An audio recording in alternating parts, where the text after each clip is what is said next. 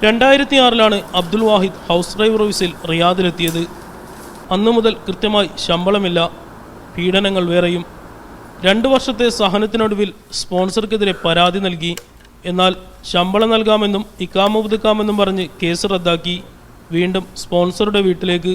പീഡനങ്ങൾക്ക് കുറവുണ്ടായില്ല, ശമ്പളവും മുടങ്ങി. നാട്ടിലേക്ക് പോകാനും നിർവാഹമില്ല. അങ്ങനെ 6 വർഷം. പിന്നീട് വാഹിദ് കോടതിയെ സമീപിച്ചു.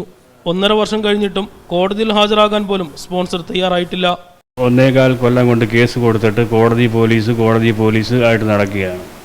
എംബസി പോകുമ്പോൾ കോടതി പോകും, അല്ലെങ്കിൽ പോലീസിൽ പോകും എന്നാണ് എംബസിക്കാരും പറയുന്നത്. നിതാക്കത്ത് വന്നപ്പോഴും പോലീസിലും പോയിരുന്നു, കോടതിയിലും പോയിരുന്നു. എംബസിയുടെ സഹായം തേടിയെങ്കിലും ഫലമുണ്ടായില്ല. നിരവധി അസുഖങ്ങൾ അലട്ടുന്ന വാഹിദിന് മരുന്നിനുള്ള പണം പോലും കണ്ടെത്താൻ കഴിയുന്നില്ല. സുഹൃത്തുക്കളുടെ സഹായം കൊണ്ടാണ് ജീവിതം. കേസ് കൊടുത്തതിന് ശേഷം ഇങ്ങനെ കൂട്ടുകാരുടെ കിടക്കുകയാണ്, ജോലിയില്ല, ഒന്നുമില്ല. 1.5 കൊല്ലമായി കേസ് കൊടുത്തിട്ട്. ഞാൻ എംബസി പോയിട്ട് ഒരു പരിഹാരം അവർ കാണുന്നില്ല. എംബസി അധികൃതരോ സാമൂഹ്യ പ്രവർത്തകരോ ഇടപെട്ട് നാട്ടിലേക്ക് മടങ്ങാനുള്ള വഴി തുറക്കുമെന്ന വിശ്വാസത്തിലാണിപ്പോൾ വാഹിദിൻ്റെ ജീവിതം. റബി മുഹമ്മദ്, മീഡിയ 1, റിയാദ്.